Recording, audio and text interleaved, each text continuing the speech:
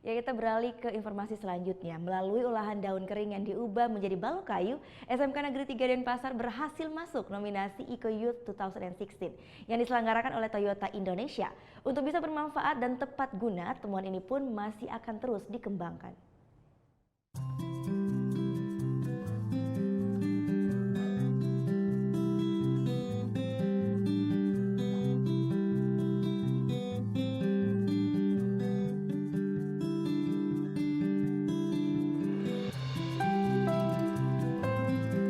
Eco Youth 2016 merupakan event tahunan yang diselenggarakan oleh Toyota secara serempak se-Indonesia.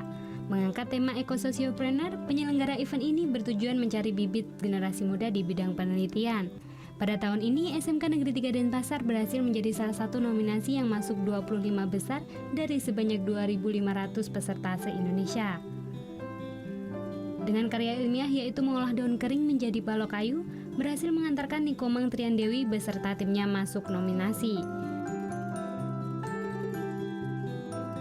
Hal ini berawal dari kegelisahan melihat banyaknya sampah daun yang bertaburan di sekolahnya.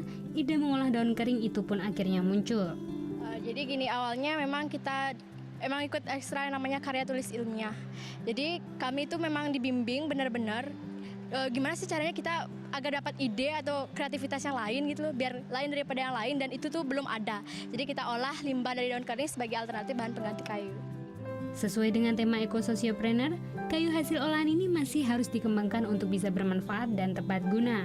Di Provinsi Bali sendiri, selain SMK Negeri 3 Denpasar yang juga berhasil lolos masuk nominasi, ialah SMA Negeri 1G Anyar.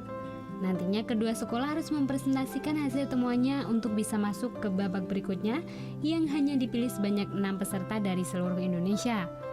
Vira Zenvia, Dewa Priyana melaporkan untuk NET.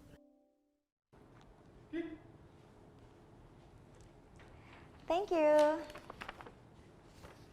Udah selesai nonton beritanya? Jangan pergi dulu dong. Subscribe dulu dan nonton tayangan lainnya di sini. Subscribe, nonton lagi. Subscribe, nonton lagi. Kak.